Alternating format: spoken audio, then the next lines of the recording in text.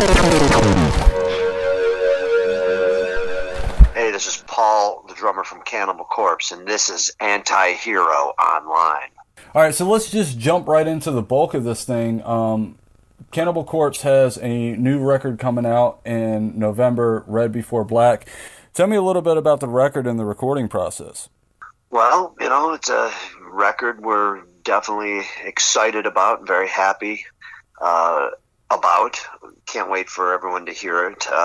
We worked hard. We feel that we have achieved some great songs here. I don't know, just something about it. But yeah, I mean, the writing process is kind of like no other, no different than any other process or any other album, I should say, that we've done. We just finished touring and pretty much know we're going to have to get to the writing pretty soon, and we'll be in the studio before you know it. That's kind of the schedule we've stuck to and pretty much had our whole career here. So yeah, when we got finished with the touring last summer, we took a little bit of time off, but basically just kind of started right into the whole process. And then the way we've been writing these days, luckily we have three great songwriters in Rob, Alex, and Pat that can churn out the Cannibal Corpse riffs. I mean, that's what we got again on this record. Pat wrote 4 songs. Alex wrote 4 songs. Rob wrote 3, and I collaborated with Rob on 1. So it's good to have that diversity across the board there. Different songwriters makes for a better album, and all 3 of them come up with some great stuff. And it's total Cannibal. So, but yeah, we just just plugged away writing the material. At the end of last year into this year, we went to record in April. And I think we came up with some pretty cool stuff. I mean, just seems to have a little bit more of a thrash vibe to it, I guess. And it seems like a lot of our stuff we were doing, or some of the stuff we were doing in the last few years, was kind of leaning towards that way. So kind of, I don't know if it's something we're just coming full circle or whatever. I mean, we're products of thrash, all growing up kind of a thing. And, but it's real aggressive sounding. It just sounds real aggressive, sounds brutal. It's got a really thick, amazing, gritty guitar sound that we're really happy with. So, but yeah, can't wait for it to get out to the masses and everybody to hear it, because we're very excited for this record and to play these songs live and all that. So coming up soon, Red Before Black. And with that many people contributing to the writing process, how do you guys find the balance between the ideas of the contributors and kind of weeding out the things that might be on the borderline to the things that end up making it to the record? Yeah, it's kind of strange. I mean, when we want to kind of even it out like that, since everybody does want to write, and there you go, everyone has their hand in. I mean, we almost kind of try to do, hey, if each guy does 4 songs, then we got 12 songs. And we figure that's, why don't we just kind of shoot for that? So I think everybody these days, they try to write the best 4 songs or so, that they can, instead of just going, instead of going overboard and just, we want to write a lot of material, but at the same time, when you get down to it, crafting even 4 songs, that takes some time, and that takes some effort there. And like I said, if you got that across the board, well, there you go. You got 12 songs or whatever. And pretty much that's kind of how we've been kind of looking at it, I guess, the last few records.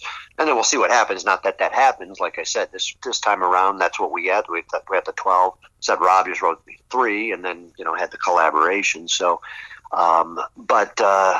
we're trying to get everybody on there equally. I mean, and I think, man, we work so hard on just crafting each song that it's almost kind of, we feel we never have throwaway anything. There's not a throwaway song, no throwaway whatever, so it's kind of, when the song is done, this is, one that we know is going to make the record. It's not like,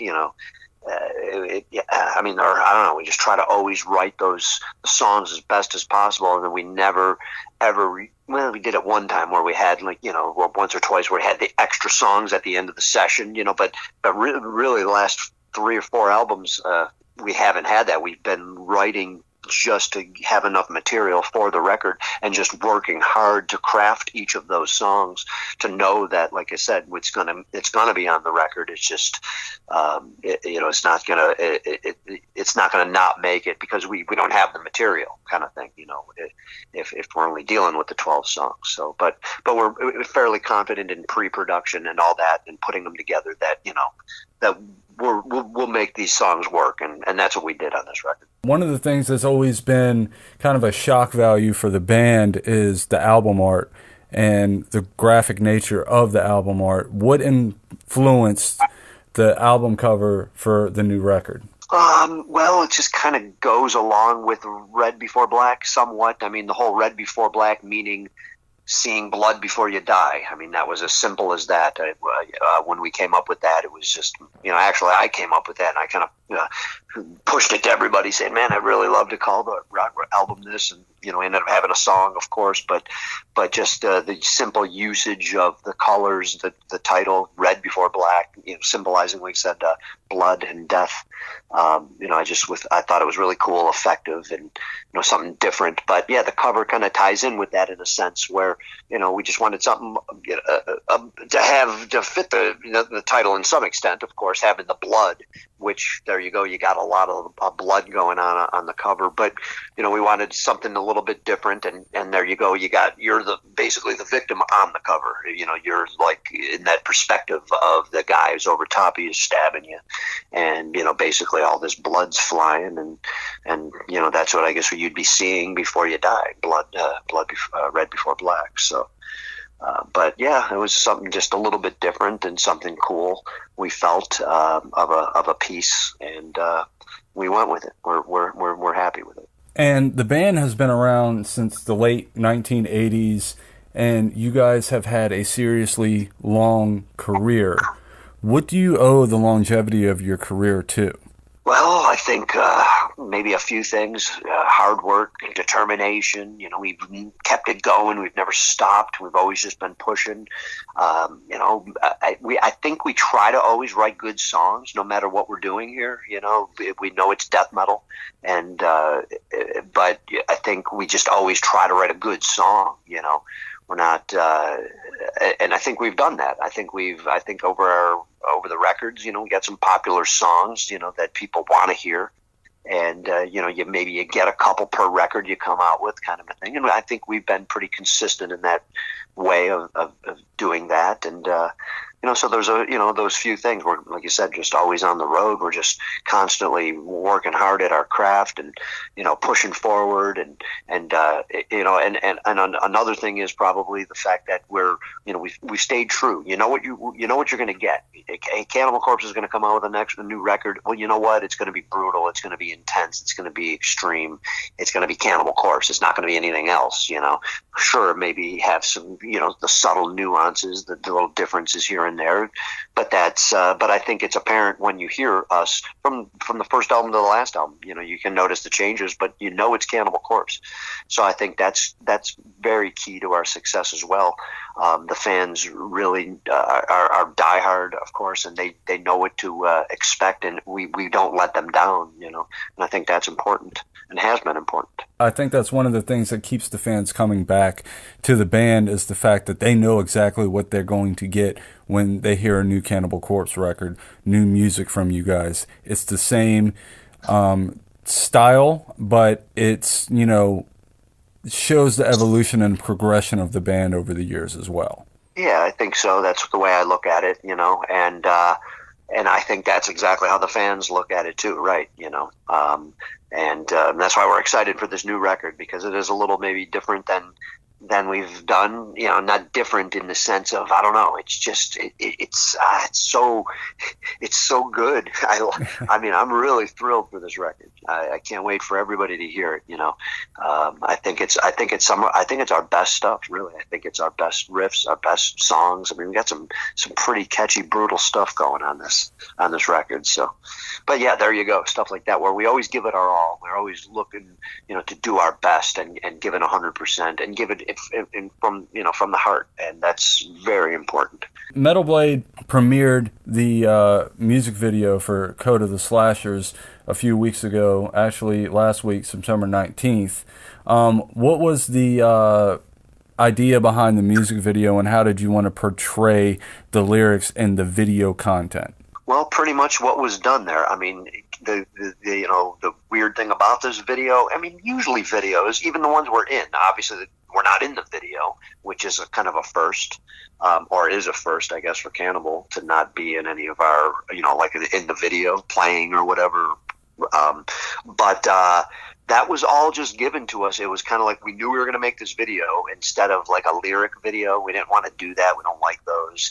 So Metalblade wanted to make a video to have it with the release of Code like that. So they came up with the company they had and our management and everything, and basically we were just shown the treatment and what they were going to portray in this video, what they wanted to do, and we read it and saw everything that they were going to do, and we were like, man, this is cool. Man, this is total Cannibal. Fits the lyrics, for what Rob is a Rob song and what Rob wrote, and let's go with it.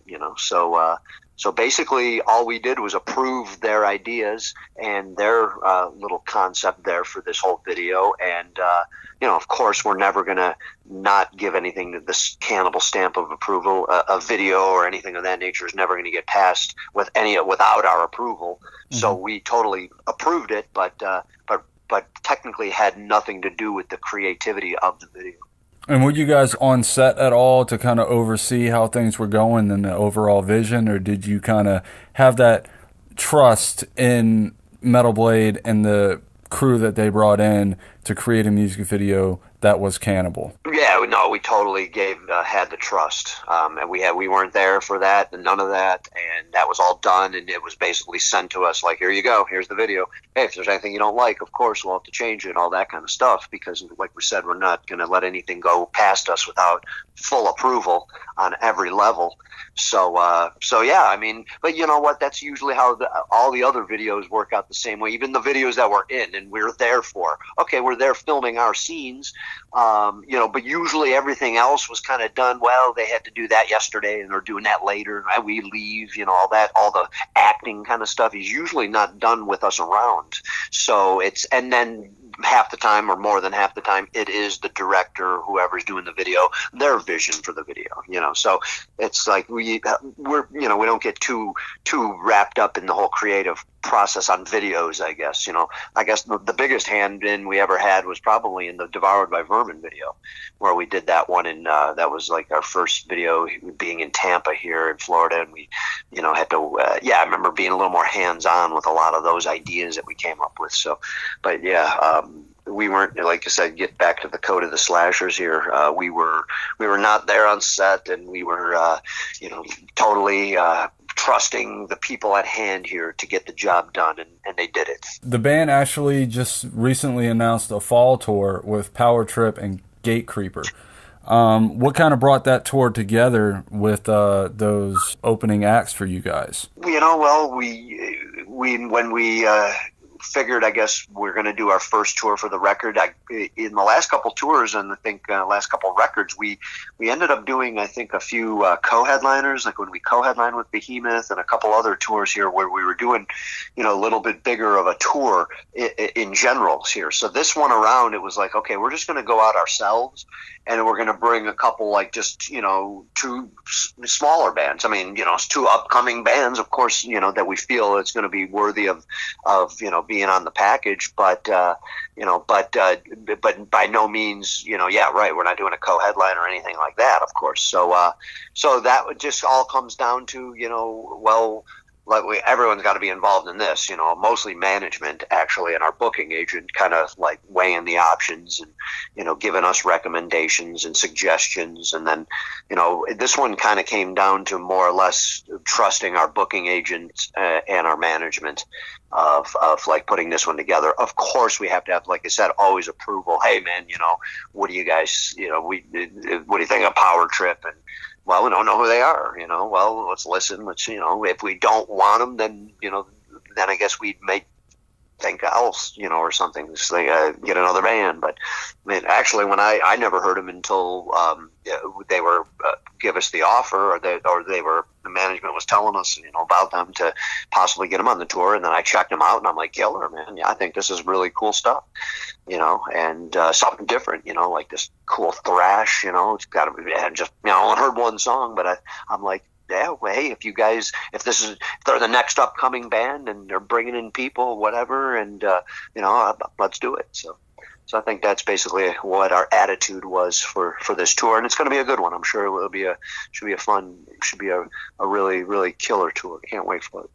And in a way, it's kind of like the passing of the torch, of a sense. The draw of the fan base of Cannibal Corpse. You're going to be exposing these guys, your fan base, to the bands that are opening up for you guys. Yeah. I mean, and I think a lot of bands want to open for us. Of course. I mean, we have pretty good shows. I mean, our tours are pretty cool. I can't remember one that wasn't.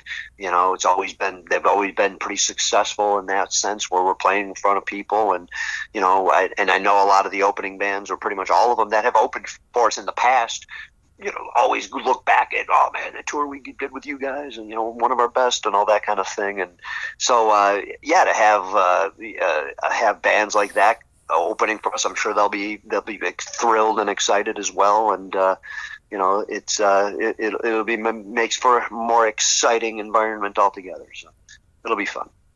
And on this tour, what can fans kind of expect from the set list? What can they expect to hear when they come to the shows?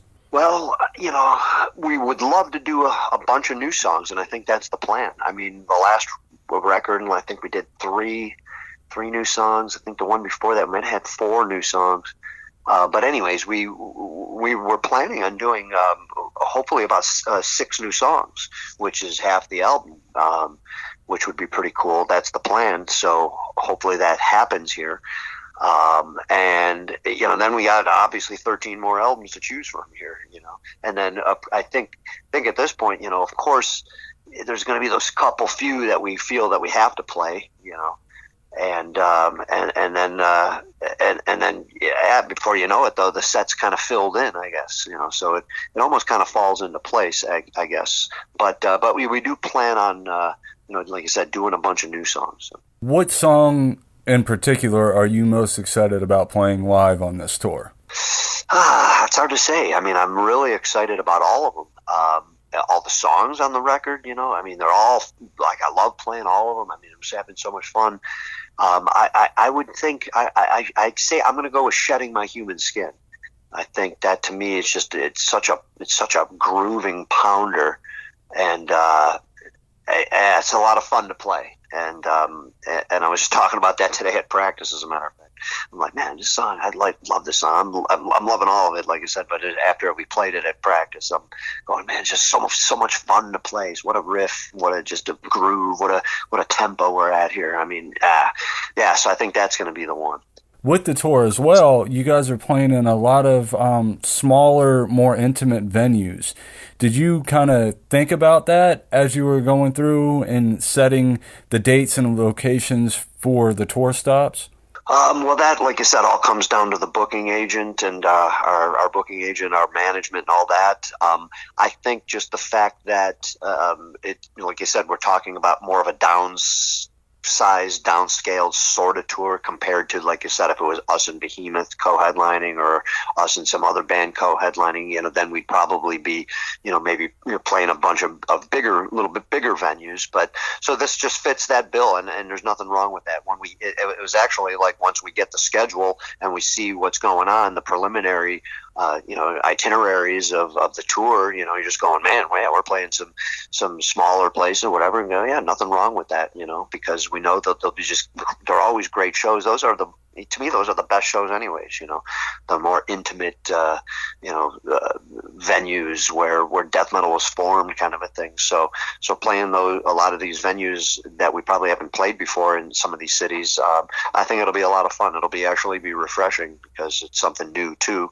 And, but yeah, the intimacy factor, it'll be awesome. And one of the big things that I wanted to talk to you about, especially with the amount of time that you have spent not only in the band but in the music industry itself, it seems like the music industry as a whole is in a state of confusion. A lot of the major record labels are bringing on acts that really don't show any longevity in their careers. It's more about what's popular now at this moment, and music is making some serious changes and starting to phase out the guys that have been around for a while and helped establish the industries to where they are now. What are your feelings on that and your opinion as well? Yeah, it kind of stinks. I mean, everybody's used to a system, and it's been a certain way for the longest time, and then all of a sudden, bam! Almost within an instant, exactly. Look at this, what's going on? This change, kind of a thing, and, like overnight. So, it's not cool for a lot of people. I guess I'm old school. I have that mentality. I mean, still call, even though I don't listen to albums anymore or put on vinyl, but always gonna call it an album, making a new album. It's an album. It's always gonna be an album. It's kind of that same thing. But yeah, I mean, I don't know. It's kind of, the landscape is changing, so of course it's gonna stink, and be detrimental for a lot of people and a lot of labels, and people losing jobs, all that kind of stuff. I don't want to hear that, don't want to see that, but that's, I guess, the nature of the beast, perhaps. But yeah, I mean, I don't know. I mean, I just don't really know what to say about this. I mean, I guess I don't really think about it too much. I'm just trying to play the drums, man. And where does that leave Cannibal Corpse, though? You guys have stayed true to yourselves and not really cared about the current trends and the changes in music. You got your fan base, you established the band as a whole, and now you're just completely elevating yourself with each and every album release. Is that just more of the mentality that you guys had when you started the band? We're just going to stay true to us and do what is perfect for Cannibal Corpse. Yeah, man, exactly. That's, to me, it should have been about that, and is about that. And that's the mentality I always wanted to have and have stuck with. That's why Cannibal is what it is, and stayed true to to being brutal and being death metal, because man, yeah, we hated back then when our favorite bands, put out 2 albums. Oh man, amazing! And then their 3rd album, it was what the heck, you were so let down. I remember just having that mental, the note. You go, man, I never want to do that to anybody. I want if I'm going to be in a band and make music and all that, and I want to stick true to what I start and get what got me there, kind of a thing, because that's what the fans want. If you have fans, well, that's why they're there, from the music you're playing. And to me, it was important to stay that way, to not be a band. I did not want to be one of those bands.